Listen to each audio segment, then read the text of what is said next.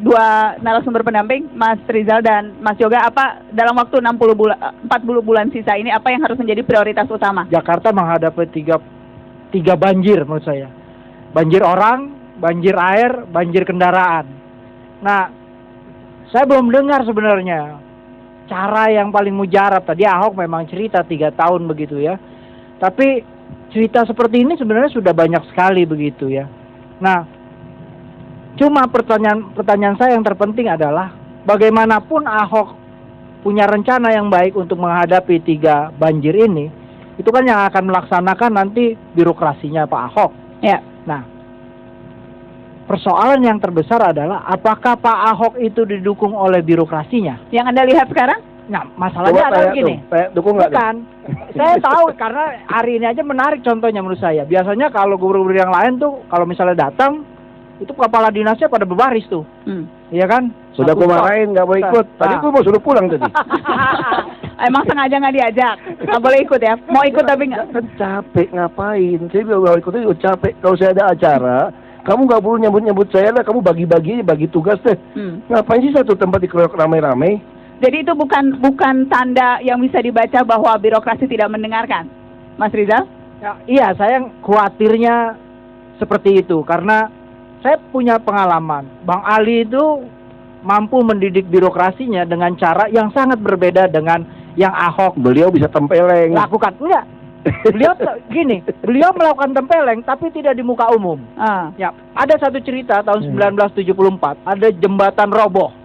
Bang Ali konferensi pers, dia tampil sendirian. Dia bilang, saya yang salah.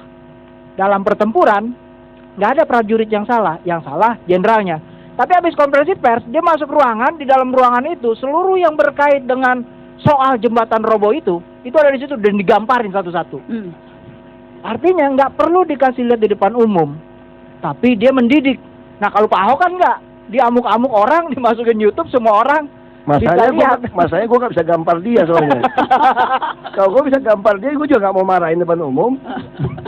Anda khawatir itu menimbulkan semacam apa? Nah, saya mengkhawatirkan menimbulkan pembangkangan, disobedience seperti itu. Karena bagaimanapun modal Pak Ahok yang paling utama ya birokrasinya.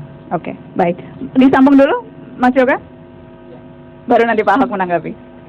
Ya, baik. Itu juga terkait sebenarnya dengan program. Kalau saya nilai Pak ya, dalam 6 bulan terakhir ini justru pembangunan fisik di Jakarta justru stagnan ya. Kita bisa lihat penyerapan anggaran di DKI juga sangat rendah. Sekarang sampai dengan bulan Mei baru 5-6% ya Pak Ahok ya. Ini penyerapan APBD. Ini sebenarnya termasuk 30 tahun yang terburuk sebenarnya. Rata-rata kalau di pemerintahan sebelumnya itu bisa mencapai 35-45%. Problemnya di mana Anda lihat? Ya, ini terlihat bahwa tadi dikatakan oleh Mas Rizal tadi bahwa dukungan birokrasi saya lihat masih sangat jauh. Kalau dikatakan bahwa tadi 60%, mungkin saya kira justru baru sekitar 40%-an Pak Ahok. Karena ini menunjukkan itikat baik pertama dari SKPD mau mendukung program Pak Gubernur, Wakil Gubernur atau tidak. Tadi Pak Ahok menekankan lebih mengandalkan BUMD, ya kan? Nah, ini menunjukkan bahwa reformasi birokrasi di Jakarta masih setengah. Jadi Jakarta baru setengah sebenarnya. Ini yang menjadi catatan penting. Dan tidak bisa Pak Ahok bekerja sendirian. Pak Ahok? Ya pasti nggak bisa sendirian. Makanya kalau soal dana, kita juga banyak dari PRD. Dana saya nggak khawatir. Semua yang namanya pembangunan jalan, inspeksi sungai segala macam, kamu kira duit dari mana? Waduk Pluit kamu kira duit dari mana? Semua BUMD. Jadi itu semua. Nanti ngatasi banjir, ngatasi macet, semua uang apa? Uang investor.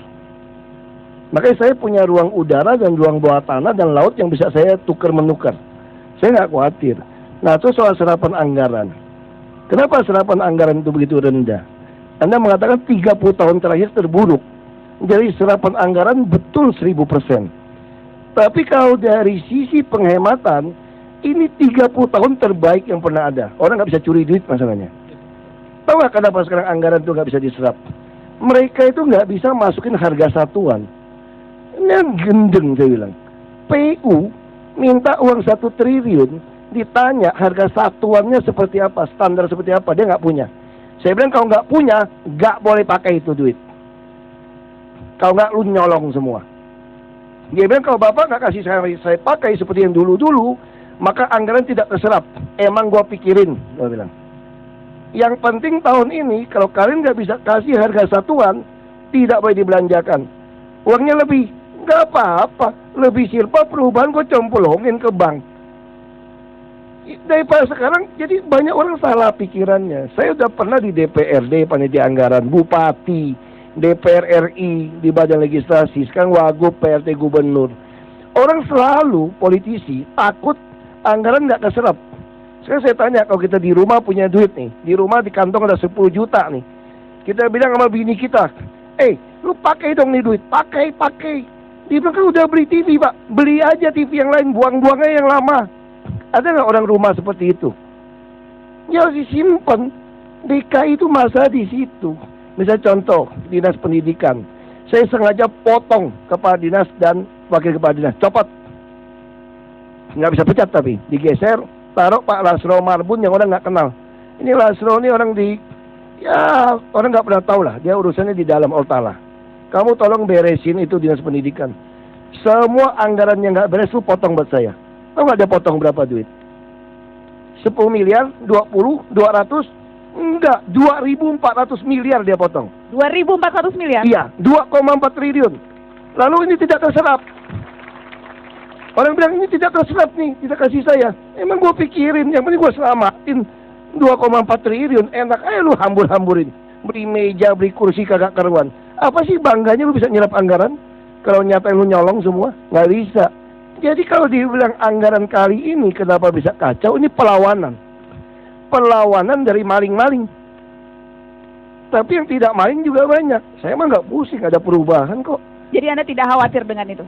Kan saya kan bukan politisi yang terlalu politisi, kan cuma pura-pura gila kan. Seandainya disuruh pilih antara DKI 1 atau Mendagri, pilih yang mana dan apa alasannya?